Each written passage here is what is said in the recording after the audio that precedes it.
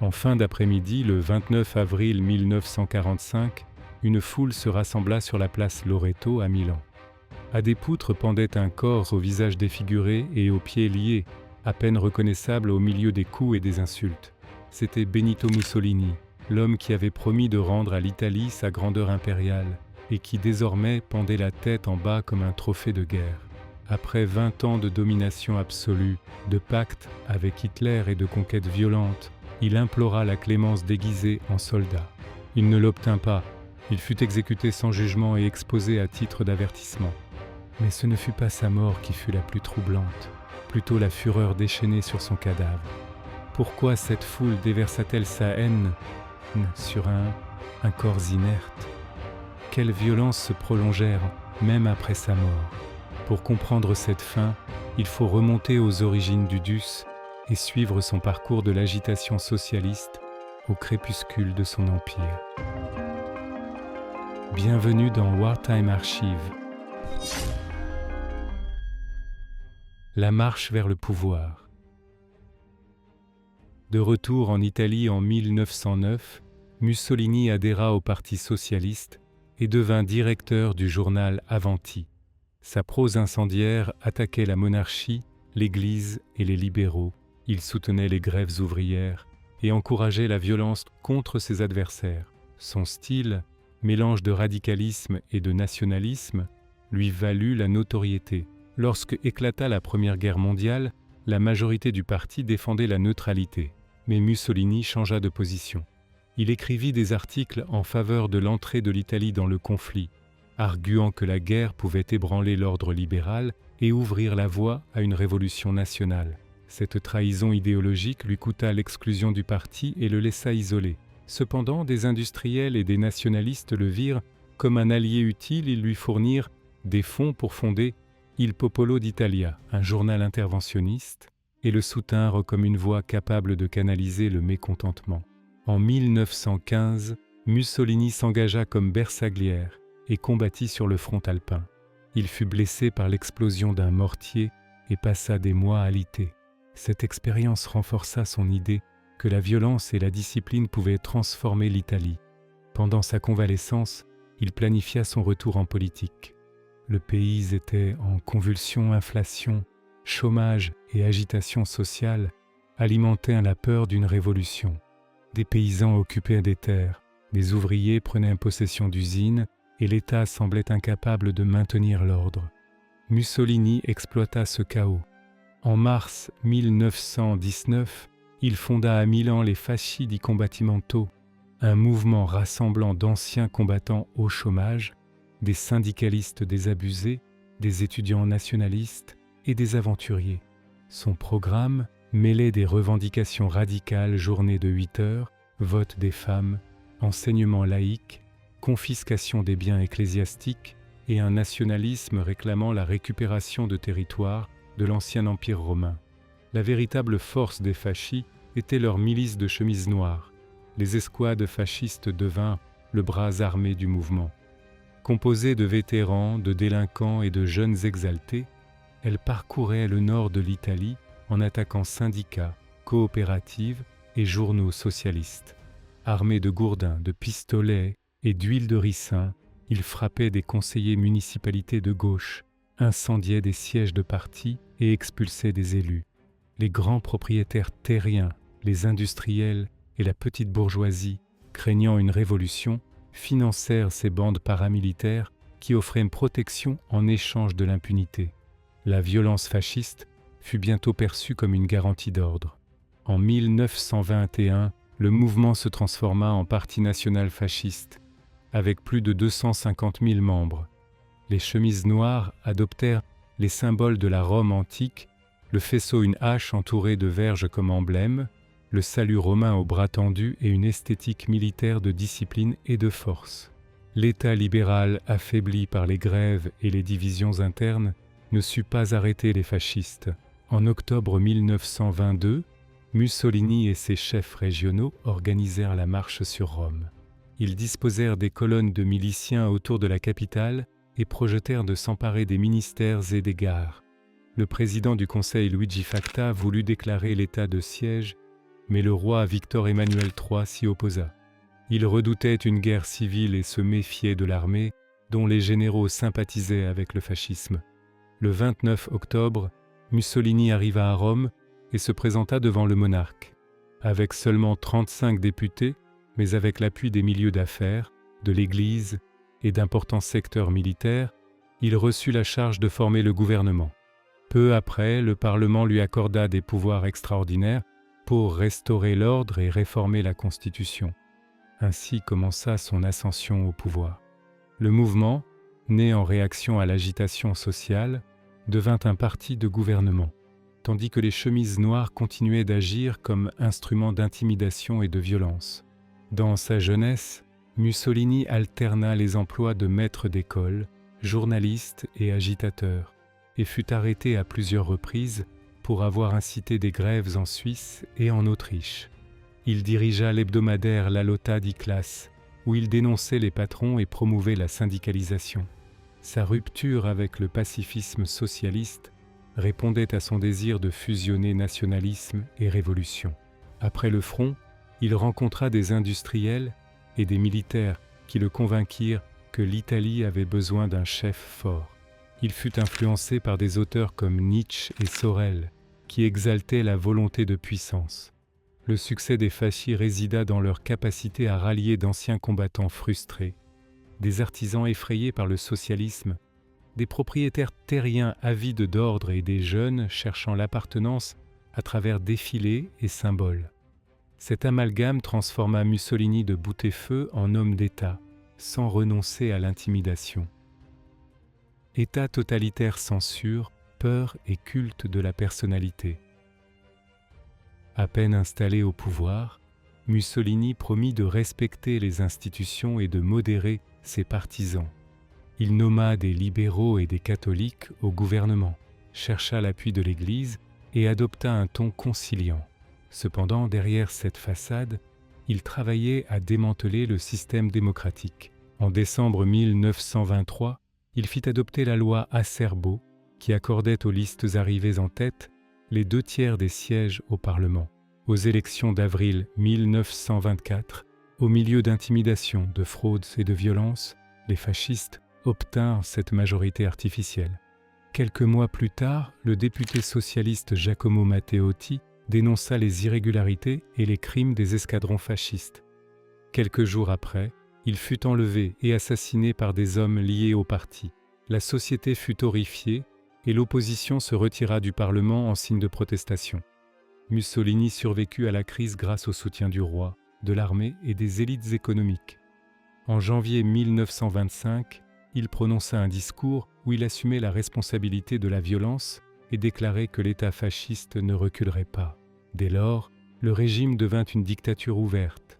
Des lois de défense de l'État furent promulguées, elles abolirent la liberté de la presse, dissoudre les partis d'opposition et supprimèrent l'autonomie locale. Les maires furent remplacés par des podestats nommés par le gouvernement, et le Parlement fut réduit à un organe consultatif. Les syndicats indépendants furent remplacés par des corporations contrôlées par le parti. Les grèves furent supprimées et un arbitrage obligatoire favorable aux employeurs fut instauré. La police secrète, connue sous le nom d'Overa et dirigée par Arturo Bocchini, fut créée en 1927. Sa mission surveillait, intimidait et neutralisait tout signe de dissidence. On espionnait les conversations dans les cafés, on écoutait les appels téléphoniques et l'on collectait des rapports d'informateurs dans chaque quartier. Des milliers d'opposants furent arrêtés et relégués sur des îles lointaines ou dans des villages du Sud, où ils vivaient sous surveillance et dans des conditions précaires. La répression sélective, accompagnée d'une propagande massive, visait à générer peur et apathie. Mussolini cultiva un culte de la personnalité sans précédent en Italie. Il se présentait comme un guide infaillible, un travailleur infatigable et l'incarnation de la volonté nationale. Son image figurait dans les manuels scolaires, les bureaux et les foyers des affiches et des bustes du DUS remplissaient places et routes. La propagande du régime le montrait moissonnant le blé, pilotant des avions, nageant dans le Tibre ou lisant les classiques romains. Les journaux et la radio répétaient des slogans exaltant sa sagesse. Il dus a sempre ragione, le dus a toujours raison, credere, obédir, combattre, croire, obéir, combattre. La jeunesse fut l'une de ses cibles privilégiées. Les enfants étaient inscrits chez les Balilla dès 6 ans, les adolescents à la Gioventù Italiana del Littorio et les filles au Piccole Italiane. Par des défilés, des uniformes et des exercices militaires, on inculquait l'obéissance au chef et à l'État. L'éducation devint un instrument d'endoctrinement, les manuels d'histoire furent réécrits pour glorifier la Rome antique et le latin fut promu comme langue d'identité. Le régime se concentra aussi sur l'économie et la société. Mussolini aspirait à l'autarcie, à réduire la dépendance aux importations et à accroître la production intérieure. Il lança la bataille du blé pour rendre l'Italie autosuffisante en céréales. Il assécha les marais pontins pour gagner des terres cultivables, augmente les tarifs douaniers et cherche des accords commerciaux favorables. Il promut la bataille de la lire, une réévaluation de la monnaie qui renchérit les exportations et provoqua du chômage. Il entreprit la bataille des naissances, encourageant les familles nombreuses par des subsides et des exemptions. L'avortement fut interdit et l'usage de contraceptifs pénalisé. Les femmes furent poussées à quitter le travail et à se consacrer à la maternité. Le slogan des femmes au foyer se répéta dans discours et campagnes. Ces politiques mêlaient nationalisme démographique et contrôle social, avec des résultats toutefois limités. La relation avec l'Église catholique changea avec la signature des accords du Latran en 1929. Cet accord résolut la question romaine en suspens depuis 1870. Le Vatican reconnut l'État italien et reçut la souveraineté sur la cité du Vatican. L'Italie reconnut le catholicisme comme religion d'État et compensa économiquement le Saint-Siège. La popularité du DUS augmenta parmi les catholiques. Lors d'un plébiscite, plus de 98% soutinrent son gouvernement. Cependant, l'harmonie avec l'Église n'empêcha pas le régime d'intervenir dans les affaires religieuses quand cela l'arrangeait. On promut des cultes de héros laïques et on contrôla des associations catholiques susceptibles de concurrencer les fascistes. Bien que Mussolini eût méprisé les théories de la race pure dans les années 20, à partir de 1938, il adopta des lois raciales inspirées des mesures nazies. Ces dispositions exclurent les juifs de l'enseignement, de l'administration publique, de la banque, des professions libérales et des mariages mixtes. Des dizaines de milliers perdirent de leur emploi et furent marginalisés de la vie économique. Cet alignement sur l'Allemagne nazie renforça l'alliance entre les deux régimes, mais trahit des milliers de juifs italiens jusque-là loyaux à l'État. En 1940, Mussolini se déclara allié inconditionnel d'Hitler. La propagande fasciste commença à intégrer ouvertement une rhétorique antisémite et à promouvoir la supériorité de la race italienne. Le régime renforça son contrôle sur les minorités slaves au nord et dans les régions nouvellement annexées, interdisant l'usage des langues slaves à l'école et dans l'administration, et imposant une italianisation forcée. Tout en consolidant son pouvoir, Mussolini entretenait des relations avec d'autres mouvements autoritaires. Il garda des contacts avec Franco en Espagne, Salazar au Portugal et d'autres chefs conservateurs, se présentant comme un rempart contre le communisme et le libéralisme. À l'intérieur, son régime dépendait de plus en plus de la violence. Les escouades fascistes continuaient de terroriser la population. Lovra surveillait jusqu'au moindre chuchotement. Depuis le balcon du palais de Venise, le DUS répondait aux cris de Dus par des gestes grandiloquents. La combinaison de propagande, de répression et de concessions économiques cimenta un consensus social relatif. Sous l'éclat des grands rassemblements et des marches chorégraphiées se cachait un État policier qui éliminait toute dissidence. En 1926, après plusieurs attentats, les lois fascistissimes transformèrent l'Italie en État à parti unique. On supprima municipalités et conseils provinciaux, on créa un tribunal spécial, on interdit le port d'armes et l'on imposa l'italianisation des minorités. La Chambre des fascis et des corporations, inaugurée en 1939, remplaça le Parlement élu et consolida le pouvoir par décret. La propagande s'appuyait sur de grands défilés, des affiches modernes et des émissions de radio glorifiant les travaux d'infrastructure, beaucoup financés par la dette et le travail colonial.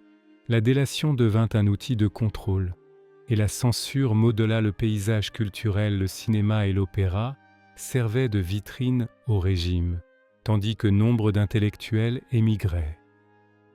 Rêves impériaux, conquêtes et atrocités de l'Afrique aux Balkans. Obtenir la gloire militaire et un empire colonial fut l'un des objectifs centraux de Mussolini. Dès le début de son gouvernement, il évoqua la grandeur de Rome et appela la Méditerranée Mare Nostrum. Pour accomplir ce rêve, le régime entreprit des guerres d'expansion qui laissèrent derrière elles une traînée de violence. La première scène se déroula en Libye, colonie italienne depuis 1911 mais jamais pleinement pacifiée. À la fin des années 20, les fascistes voulurent écraser la résistance des Senoussi en Cyrénaïque. Les forces commandées par Rodolfo Graziani menèrent une politique de terre brûlée, elles incendièrent des récoltes, empoisonnèrent des puits et forcèrent la moitié de la population nomade à rejoindre des camps de concentration. Plus de 100 000 Libyens furent déplacés et des dizaines de milliers moururent de faim, de maladies et d'exécutions sommaires. Graziani se vantait d'avoir soumis les rebelles d'une main de fer. Ces brutalités ne rencontrèrent guère d'opposition dans la métropole, où la presse présentait la colonisation comme une entreprise civilisatrice. L'objectif suivant fut l'Éthiopie. En octobre 1935, Mussolini ordonna l'invasion de ce pays souverain pour venger la défaite italienne d'Adwa en 1896 et étendre son empire en Afrique. La guerre fut courte mais brutale. Les troupes italiennes disposaient d'une nette supériorité matérielle. Avions, chars et artillerie lourde contre une armée éthiopienne armée de fusils dépassés et du courage de ses soldats. Lorsque les guerriers éthiopiens résistèrent, les Italiens répondirent par la terreur. Après un attentat contre le vice-roi Graziani à Addis-Abeba en février 1937, les troupes fascistes déclenchèrent le massacre connu sous le nom de Yekatit. 12 des milliers de civils furent assassinés, des maisons incendiées et des quartiers rasés. On estime qu'entre 19 et 30 000 Éthiopiens périrent dans les jours suivants. Outre les fusillades de masse, les forces italiennes employèrent des armes chimiques interdites. Entre 1935 et 1936, elles bombardèrent des localités et des colonnes de réfugiés au gaz moutarde et à l'arsine. Des historiens estiment que l'Italie largua entre 300 et 500 tonnes de gaz toxiques, provoquant brûlures, cécité et mort lente. Environ un tiers des pertes éthiopiennes fut causée par ces armes. Tandis qu'en Europe on dénonçait l'usage des gaz, la propagande fasciste le justifiait comme une réponse ferme face aux tribus rebelles. La Société des Nations condamna l'invasion mais n'appliqua pas de sanctions efficaces, et la conquête se poursuivit jusqu'à la chute d'Addis-Abeba le 5 mai 1936. Mussolini proclama alors l'Empire d'Afrique orientale italienne et s'autoproclama empereur d'Éthiopie. Au-delà de l'Afrique, le DUS intervint dans la guerre d'Espagne. À partir de 1936, l'Italie envoya des armes, des avions et près de 80 000 soldats en soutien aux forces nationalistes de Francisco Franco. Des unités de chemises noires et de l'armée régulière furent déployées sur le front de Guadalajara, où elles subirent une défaite humiliante en mars 1937. L'intervention italienne inclut également des bombardements de villes et des avions de l'aviation légionnaire attaquèrent en Barcelone et d'autres localités républicaines, causant des milliers de victimes civiles. Le soutien à Franco visait à freiner le communisme et à tester de nouvelles tactiques de guerre aérienne. Bien que l'effort militaire fût coûteux, des centaines d'Italiens tués et des dizaines d'avions et de chars perdus, le DUS considéra la guerre d'Espagne comme une répétition générale pour ses ambitions futures.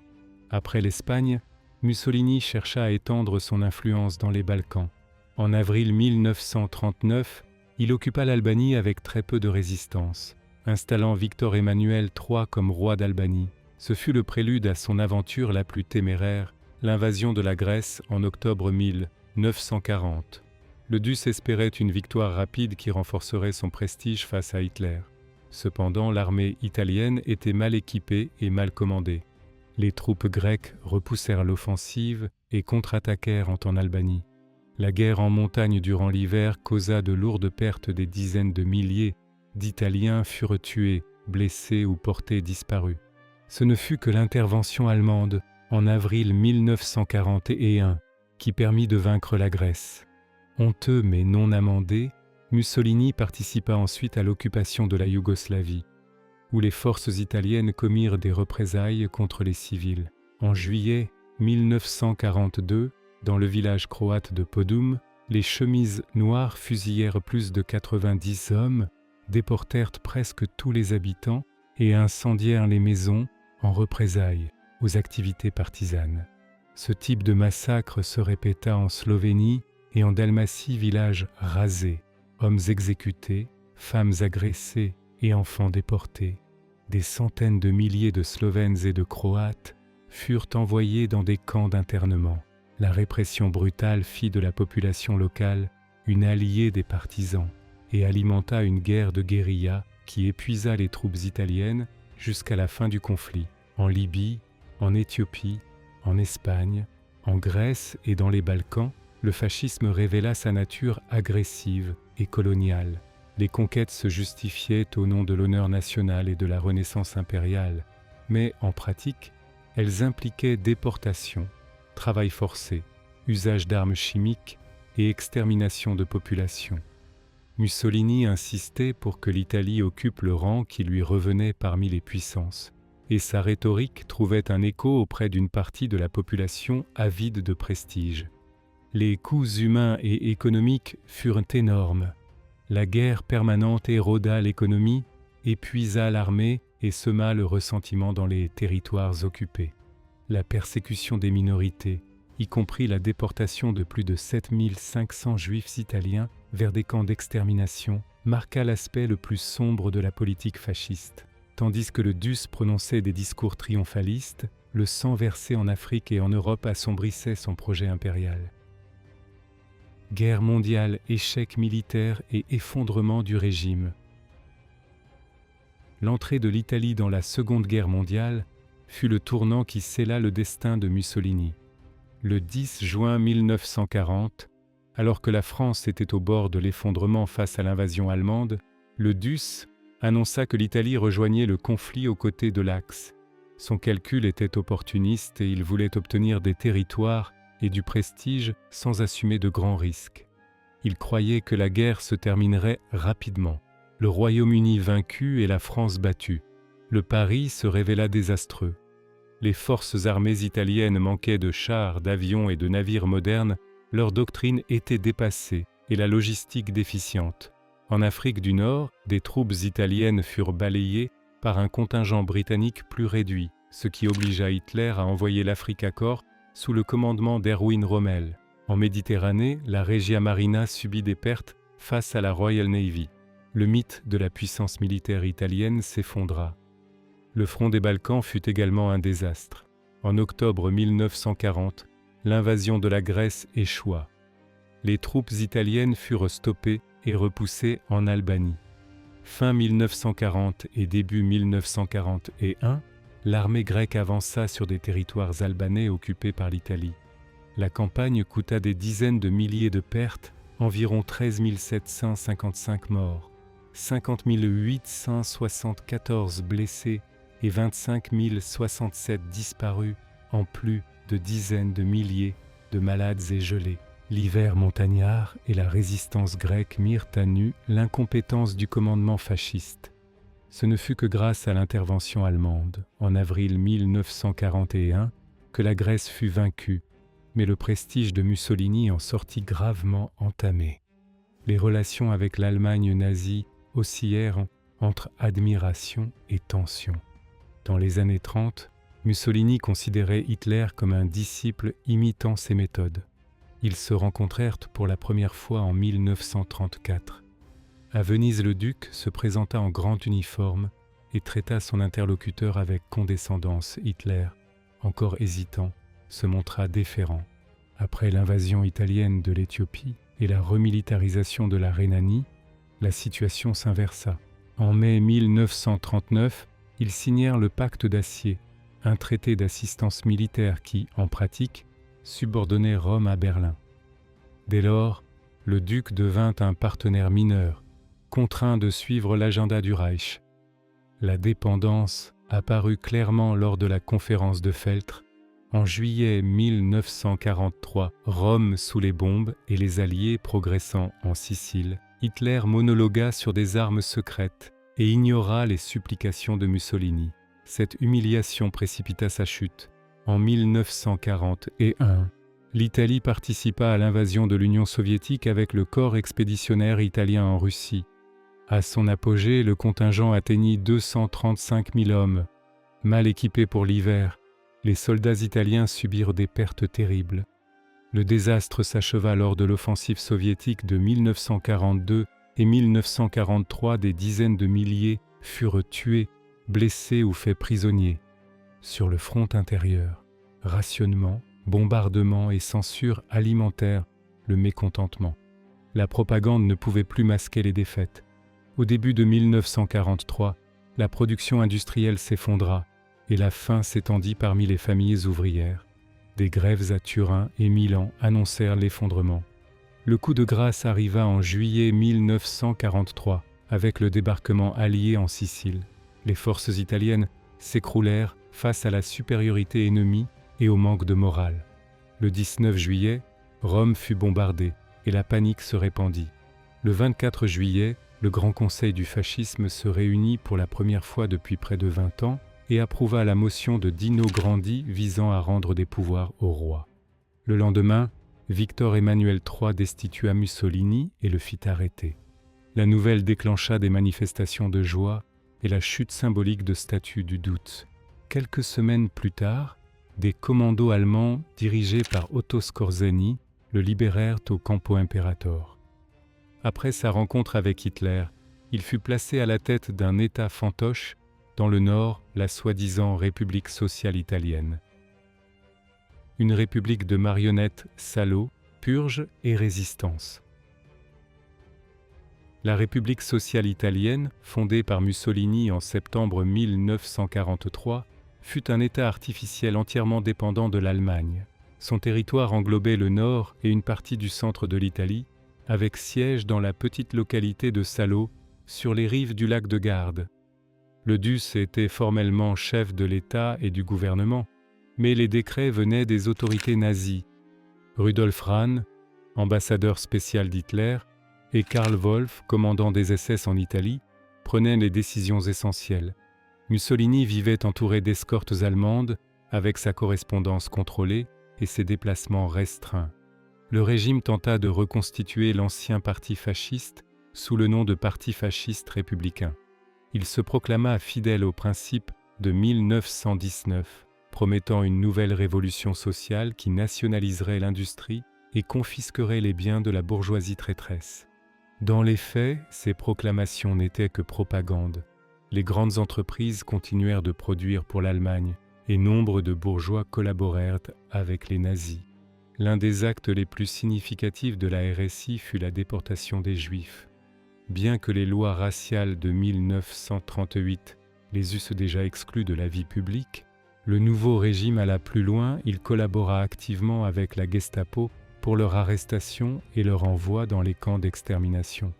On estime que plus de 7500 Juifs furent déportés depuis l'Italie républicaine, dont seulement environ 1 millier survécurent. Les autorités de Salo confisquèrent des biens et des commerces juifs. Les détenus furent incarcérés à Fossoli, Bologne ou Vérone, avant d'être transférés à Auschwitz et dans d'autres camps. Les rares qui parvinrent à se cacher durant leur survie à des réseaux de résistance et au clergé catholique. Cet épisode montre la collaboration directe du fascisme italien au génocide. Le régime intensifia aussi la répression contre d'anciens collègues et dissidents. Le procès de Vérone, en janvier 1944, jugea les membres du Grand Conseil qui avaient voté contre Mussolini la nuit du 25 juillet 1943. Sur 19 accusés, 6 furent capturés et jugés: Galeazzo Ciano, Emilio De Bono, Giovanni Marinelli, Carlo Pareschi, Luciano Gottardi et Tullio Cianetti. Cianetti fut condamné à 30 ans, mais les 5 autres furent exécutés. Attachés sur des chaises, ils furent fusillés par un peloton de chemises noires. La peine capitale fut appliquée dans le dos, un geste particulièrement humiliant dans la tradition militaire italienne. Edda, la fille de Mussolini et épouse de Ciano, se rendit en Allemagne avec des documents compromettants pour tenter de le sauver, mais Hitler refusa d'intervenir. Le procès montra que le Dutz plaçait la vengeance au-dessus de la loyauté familiale. La guerre civile s'intensifia en 1944 et 1945. Les partisans, organisés en brigades Garibaldi, Justizia et Libertà et d'autres groupes clandestins, contrôlaient de plus en plus de territoires. Leur structure était décentralisée de petites cellules coordonnées par des émissaires et des radios clandestines. Ils sabotaient des voies ferrées, faisaient sauter des ponts, attaquaient des convois et éliminaient des hiérarques fascistes. La population civile sympathisait souvent avec eux, leur fournissant nourriture et abri, tout en redoutant les représailles. La garde nationale républicaine, créée pour remplacer la milice fasciste, était mal entraînée et peu motivée. Elle recourait fréquemment à des unités SS ou à des brigades noires pour réprimer, par des fusillades, des tortures et des déportations. Des camps de transit comme Bologne et Fossoli se remplirent de prisonniers politiques, de juifs et de partisans capturés, ensuite envoyés dans le Reich. Dans les provinces du Nord s'instaura un climat de terreur. À Plaisance, Parme et Reggio d'Émilie, des brigades noires suspendaient les corps de partisans sur les places avec des pancartes. Ainsi meurent les traîtres. En Toscane, la division SS Reichsführer perpétra le massacre de Sant'Anna di Stazzema le 12 août 1944. Elle exécuta plus de 500 civils, pour la plupart des femmes, des enfants et des personnes âgées, et incendia le village. Bien que l'atrocité fût le fait des Allemands, la garde nationale républicaine collabora en désignant des suspects. Des épisodes similaires eurent lieu à Marzabotto, Vinca et ailleurs. La brutalité de la guerre civile toucha toutes les couches sociales et laissa des blessures profondes. L'effondrement de l'Axe s'accéléra en avril 1945. Les troupes alliées lancèrent l'offensive finale contre la ligne gothique et franchirent la vallée du Pô. Les garnisons nazies se repliaient vers le nord tandis que les villes italiennes se soulevaient. À Milan, Turin et Gênes, les partisans prirent des bâtiments publics et désarmèrent les soldats de la RSI. Les usines s'arrêtèrent et la circulation cessa. Mussolini, isolé au lac de Garde, tenta de négocier sa reddition par l'intermédiaire de l'archevêque de Milan, Ildefonso Schuster, mais il exigeait des garanties que personne n'était prêt à lui accorder. Son entourage se réduisait à des fanatiques comme Alessandro Pavolini et Nicola Bombacci, décidés à résister. D'autres hiérarques cherchaient à fuir. La garde nationale républicaine se désintégrait. Le DUS continuait de croire qu'une colonne allemande pourrait l'évacuer vers la Suisse ou vers un réduit alpin ou négocier. C'était une illusion. L'économie était en ruine, les salaires payés en bons sans valeur et le marché noir dominait la vie quotidienne. La collaboration à la déportation de milliers de juifs et la création de brigades noires pour combattre la résistance révélaient le caractère répressif du régime. À l'inverse, des femmes, des prêtres et des médecins participaient à des réseaux clandestins protégeant déserteurs et persécutés. En avril 1945, alors que les Alliés franchissaient le Pô, les villes du Nord se soulevèrent. Milan, Turin et Gênes furent libérées par les partisans. Mussolini, acculé, tenta en vain de négocier sa reddition, tandis que ses collaborateurs fuyaient avec de l'or et des documents. Dernier jour fuite, règlement de comptes et cadavres sur la place. Avec les Alliés remontant par le sud et les partisans dominant les villes du Nord, Mussolini décida de fuir. Le 18 avril 1945, il quitta Gargnano et se rendit à Milan, où il rencontra des dirigeants antifascistes sans parvenir à un accord. Le 25 avril, comprenant que tout était perdu, Il annonça à ses ministres que chacun devait se sauver comme il pouvait. Ce même jour, la radio du Comité de libération nationale appela à l'insurrection générale des partisans et des ouvriers, prirent des gares, occupèrent des casernes et capturèrent des membres de la garde nationale républicaine. Mussolini se déguisa en officier de la Luftwaffe, avec manteau et casque, et se joignit à un convoi allemand qui tentait d'atteindre la frontière suisse. L'accompagnait sa maîtresse Clara Petacci, son frère Marcello et un petit groupe de hiérarques. Il transportait également des documents et des valises d'or. La colonne, composée de camions, d'automobiles et d'un véhicule blindé, progressait le long de la rive du lac de Côme. Le matin du 27 avril, près du village de Dongo, sur la rive occidentale du lac, la colonne fut arrêtée par une barricade improvisée de la brigade Garibaldi. Le chef partisan Pierluigi Bellini dell'Estelle, dit Pedro, négocia avec l'officier allemand Fritz Schallmayer. Après une conversation tendue, les Allemands acceptèrent de poursuivre leur route en échange de la remise des Italiens. Les fascistes furent faits prisonniers. Mussolini tenta de se cacher dans un camion parmi des soldats allemands, le casque enfoncé jusqu'aux oreilles. Urbano Lazzaro, partisan de la brigade, le reconnut, le visage abattu de l'ex-dictateur était inconfondable. Lorsqu'on l'obligea à descendre, il se fit passer pour un autre mais fut découvert et se rendit sans résistance. Selon certains témoins, il tenta de négocier sa remise aux Alliés afin d'éviter des représailles. Il fut d'abord conduit à Dongo, puis dans une ferme voisine pour empêcher toute tentative de libération. Dans la nuit du 27, les chefs de la résistance à Milan débattirent de son sort. Les communistes demandaient son exécution immédiate, d'autres préféraient le remettre à un tribunal. On craignait que les Alliés n'essayent de le sauver et n'en fassent un martyr. Finalement, il fut décidé de lui appliquer une justice sommaire.